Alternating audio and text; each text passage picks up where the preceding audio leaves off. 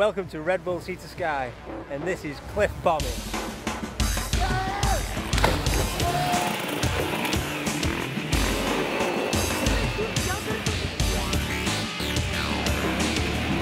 It's the second day of Red Bull Sea to Sky and the riders are tackling the time trial.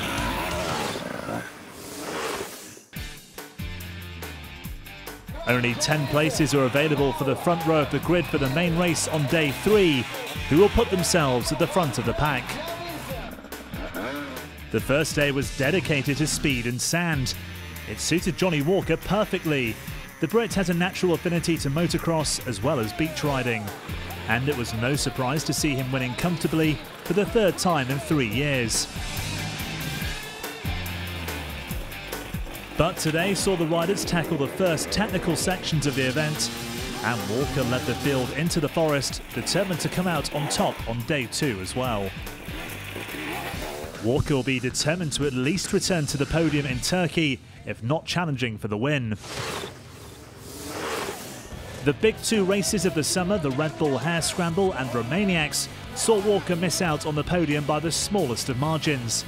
Under a minute at Erzberg and less than 4 minutes in Romania. I'm feeling good, but it's like every other race I've been to this year, I've been feeling good, but like Erzberg, I drowned my bike in the first water puddle, and then at Romaniacs I ran out of fuel, so hopefully nothing goes wrong at this one.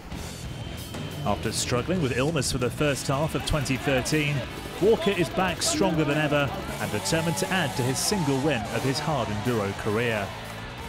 I got the glandular fever, and then that just knocked me back for the whole of the year, so now I feel like I'm over it. I'm hoping to try and make a good result here, and then that'll probably be my highlight of my year because everything else has been rubbish. And in the forest in Turkey, he's setting a blistering pace. He arrives first back at the beach, the quickest rider once again. I had a good time, you know. I rode about 80%, you know. I didn't want to push too hard and use too much energy and maybe even risk crashing, so, you know, I just pushed hard, but, you know, not too much, and I managed to come in first. The final obstacle is causing a few riders problems, though.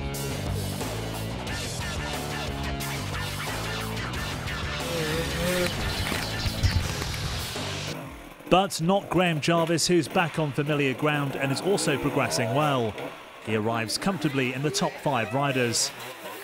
I was going okay and felt good, the bike feels good, so ready for tomorrow. Today was giving like 95%, but tomorrow it's going to be after 110%. Alfredo Gomez continued his good pace from the beach race and isn't far behind Walker. Andreas Lettenbichler puts in a solid performance for second, but the real drama for the German comes after the race. His bike won't start and he's stranded in the finishing area. Is Letty's involvement for the main event under threat? So here's the top 10 from the time trial, the front row of the grid for day 3. Join us for the main event on day 3 as the riders head up Mount Olympus. Who will take the title in Turkey?